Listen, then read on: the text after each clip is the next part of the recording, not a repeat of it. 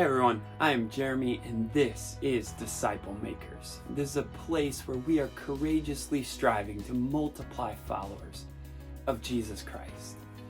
This past week I read this study in the Atlantic and it said, what the longest study on human happiness found is the key to a good life.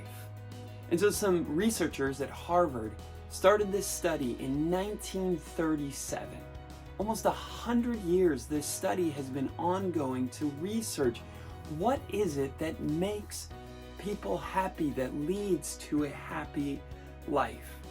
And the conclusion they came to, which is so simple yet so profound, and by the way, so biblical, it says this: in its longest in-depth longitudinal study on human life ever done, it's brought us to a simple and profound conclusion.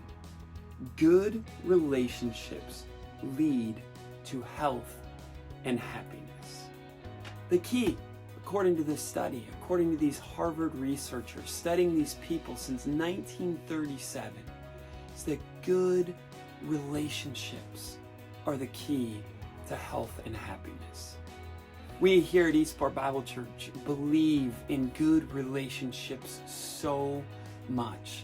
It's part of the reason why we gather every Sunday. It's why we gather so many different times, provide gatherings so many different times throughout the week, because we believe that growth happens in connection. That through relationships with each other, our relationship in God grows. So we've been going through this discipleship journey together. I hope that you have been doing this, that you found a friend, that in connection together you have been working through the book of Ephesians. And it's so great because Ephesians chapter 4 just reminds us of this importance of unity and togetherness and the importance of relationships that we have with one another. Ephesians 4 verse 2 says, be completely humble and gentle. Be patient, bearing with one another in love. Make every effort to keep the unity of the Spirit through the bond of peace. It continues on to say, like, we all have various gifts. We all have uniquenesses and talents and things that God uniquely gave me and you and each of us. But it also says in Ephesians 4 that the body of Christ, the church, is one. We're one body, but we're made up of all these various people with various gifts.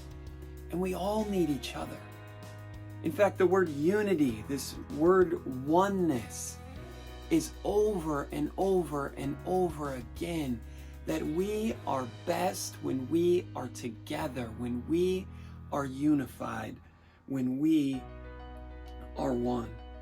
And then it says in verse 16, from him the whole body, joined and held together by every supporting ligament, grows and builds itself up in love as each part does its work. And so here's the reality. We are many parts. We are many people, a part of this one body. But we need each other. In order to fully grow in our relationship with Jesus, we need each other. In order to continuing to make disciples as Jesus called us to do, we need to pour into each other. We need each other.